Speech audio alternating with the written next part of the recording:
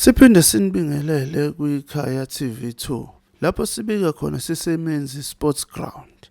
La kuthe kufika khona iMK Party ebineMinerali khona yafika sekukhona istage se-ANC ebese sibekwe khona.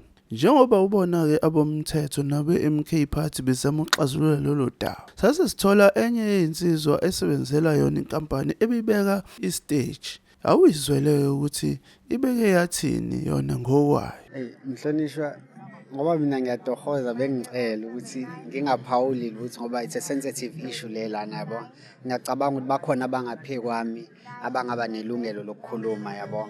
I'm sure now uyabona ukuthi so it's very hard to say anything ngokwamanje. Kodwa nje ilento oyibonayo ukuthi there's indawo idouble bookiwe ngingagcina lapho okunye angivumelekile ngoba ngisemsebenzini. Service provider nje njenge-Sinko Albany udliwa i-EFF udliwa i-ANC ngoba iSinko sidingwa abantu, so i-service esiyi-provider thina idingwa yiwo wonke umuntu, so bonke bama-client ethu. So that's why singayibuki ngendlela abanye abantu abangayibuka ngayo, yikho sithi sizomanje. Hayi uzizwele ukuthi uPaul wathini. Uma ke ubuka le video le uyabona ukuthi hayi cha ezokuphepha zona beziqinisiwe impela kuyona impela irally ye-MK Party.